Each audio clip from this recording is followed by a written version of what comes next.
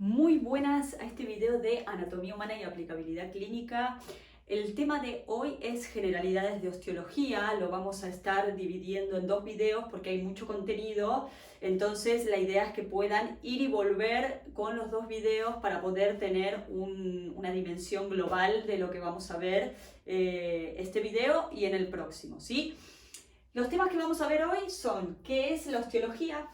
Funciones de los huesos, constitución del esqueleto, número de huesos y constitución del tejido óseo. ¿Sí? Empezamos con ¿qué es la osteología? Sabemos que el esqueleto humano es el armazón del cuerpo y en donde es zona de anclaje de estructuras musculares del tejido blando, y ese esqueleto así puede actuar a través de palancas del movimiento y permitir el movimiento del cuerpo humano. ¿Qué es la osteología? Es el estudio de la estructura del tejido óseo y también de ciertas enfermedades o patologías del esqueleto. Tenemos que tomar al esqueleto humano como una estructura dinámica, viva, y que está en constante proceso de remodelación, porque está en una continuidad de formación de tejido óseo a partir de unas células que contiene el tejido óseo, que son células denominadas osteoblastos, y en continua eliminación de tejido antiguo a través de unas células que se llaman osteoclastos, por lo cual el hueso está constantemente en forma dinámica remodelándose. ¿Cuáles son las funciones del esqueleto, de los huesos? Función de sostén, de protección, de movimiento, homeostasis de minerales, de producción de células sanguíneas y triglicéridos. De sostén porque el esqueleto tiene la posibilidad de sostener a este tejido blando a través del anclaje mediante inserciones musculares y ligamentarias. A nivel de protección, porque hay ciertas estructuras óseas que protegen órganos nobles del cuerpo humano. Por ejemplo, el cráneo es una estructura que protege al encéfalo, que sería parte del sistema nervioso central. La columna vertebral, la sucesión de vértebras forman en el interior un conducto o canal denominado conducto medular que aloja a la médula espinal, sistema nervioso central, e incluso la pelvis. La pelvis, formada por los ilíacos y el sacro, ahora lo vamos a ver, pero contiene a órganos nobles situados en la pelvis mayor y la pelvis menor. A nivel de movimiento, a través de la inserción del tejido blando y de los músculos, se permite, mediante su acción de contracción, generar el movimiento del cuerpo humano.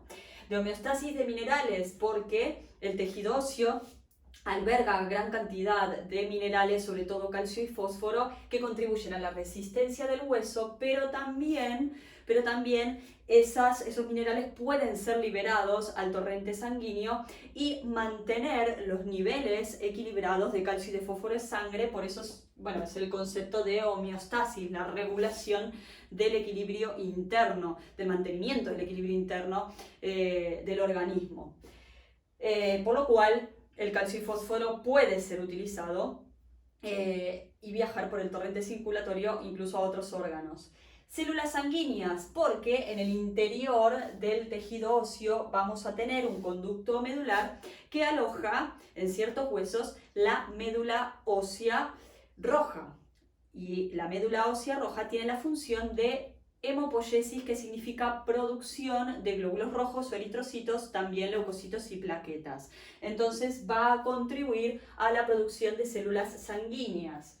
Y triglicéridos, porque en neonatos la mayor cantidad de médula ósea es médula ósea roja, pero con el transcurso del desarrollo y de la evolución, esa médula ósea roja va transformándose en médula ósea amarilla, que contiene tejido adiposo, ¿sí? Entonces es una zona de depósito de triglicéridos. En cuanto a la constitución del esqueleto y número de huesos, podemos decir que el esqueleto humano está constituido por el cráneo y la cara.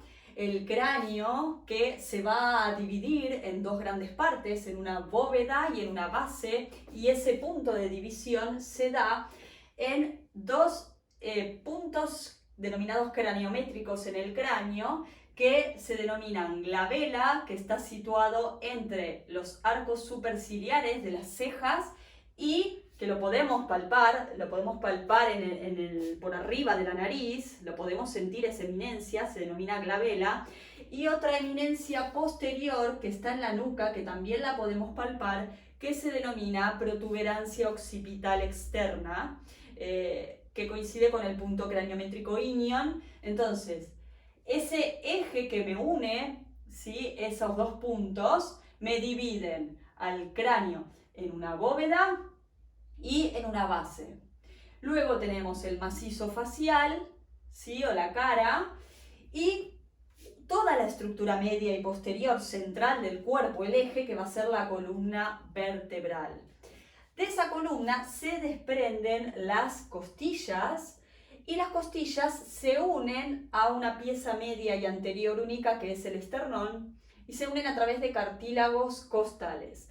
Las primeras 7 costillas son verdaderas, se las denomina verdaderas porque se unen directamente al esternón a través de esos cartílagos costales. Ahora, la octava, novena y 10ª costilla se las denomina falsas. ¿Por qué? Porque se unen al cartílago suprayacente e indirectamente se están uniendo entonces al esternón. Por eso se las denomina falsas, y la 11ª y 12ª costilla se las denomina flotantes porque quedan libres, ¿sí? Entonces, las vértebras dorsales, las costillas, los cartílagos costales y el esternón van a formar la caja torácica. Luego tenemos la cintura escapular, formada por la clavícula por delante y la escápula por detrás, y me dan la posibilidad de unir el miembro superior al tronco. El miembro superior está constituido por el brazo, que contiene al húmero, el antebrazo, que contiene al radio por fuera y al cúbito por dentro. ¿Cómo acordarme radio, cúbito, a veces cuál está fuera, cuál está dentro? Bueno, a mí me habían dado en su momento, había aprendido una reglita un poco divertida, si sirve la comparto, que es que en las radios de música antiguas tenían una antena, ¿sí? En mucho tiempo atrás. Por lo cual, el pulgar sería la antena. En posición anatómica, el pulgar representaría la antena de esa radio, por lo cual el radio estaría afuera porque tiene la antena y el cúbito adentro. Si les sirve, genial; si no, radio afuera, cúbito adentro. Después tenemos la mano, que se compone de una parte más cefálica, ¿sí?, que sería el carpo, contiene 8 huesos en 2 filas, 4 huesos en la fila superior, 4 huesos en la fila inferior. No nos vamos a meter con eso ahora, lo veremos más adelante. Después tenemos el metacarpo, que son 5 metacarpianos, primero a quinto, desde el pulgar hacia medial, hacia el meñique. Y después tenemos las falanges, que son 3 huesos por cada dedo, y se denominan primera, segunda y tercera en posición anatómica de cefálico a caudal, ¿sí? Primera, segunda y tercera, salvo el pulgar, que tiene 2 falanges, la primera y la tercera, la segunda no la tiene. Luego vamos a tener la pelvis, que está formada por 2 huesos ilíacos que se unen hacia anterior a través de la sínfisis, y a nivel posterior se unen al sacro, que se continúa con el coxis. Entonces, el sacro, coxis y los ilíacos forman esta cintura pélvica, a través de la cual se anclan los miembros inferiores, que los miembros inferiores están formados por el muslo, que contiene al hueso fémur, ¿sí?, al hueso fémur, y después vamos a tener la rótula en la rodilla. En la pierna vamos a tener a la tibia por dentro, al peroné por fuera. Luego vamos a tener en el pie, que en el pie hablamos de anterior y posterior, vamos a tener a nivel posterior el tarso, con los huesos que lo constituyen, más adelante lo veremos. Luego tenemos el metatarso, que son 5, primero a quinto, desde el dedo gordo o hallux hacia afuera. Y las falanges, que también son 3 falanges de posterior a anterior, primera, segunda y tercera, salvo en el primer dedo, dedo gordo hallux, que tiene dos, la primera y la tercera, la segunda no la tiene, como en la mano, ¿sí? Bien, voy a bajar al miembro inferior, denme un segundo, que ahí está. Entonces, en cuanto a número de huesos, bueno, una cosita cabe aclarar, que no lo tengo en el esqueleto y hay un único hueso que es medio e impar que se denomina hueso ioides, que se encuentra en el cuello suspendido. Es el único hueso que no se une, no se articula con ningún otro, sino que está suspendido en el cuello, tiene forma de herradura y ya veremos cuál será su función. Después, en cuanto al número de huesos, es variable en las distintas bibliografías o libros de anatomía. Hablan de 200 huesos, 208. Bueno, algunos contemplan los huesecillos del oído. En este caso, a nivel general, podemos decir que son 208 huesos contemplando los huesecillos del oído, que son de afuera hacia adentro, martillo, yunque y estribo, pero sin considerar a dos tipos de huesos, que son los huesos wormianos o huesos de sutura, que se encuentran en las suturas del cráneo, fusionados, osificados en las suturas del cráneo, y luego tenemos otros huesitos que se denominan huesos sesamoideos. Es curioso porque el origen de la palabra sesamoideo viene del griego y se divide en sesamen, que es sésamo, y oides, que es forma de.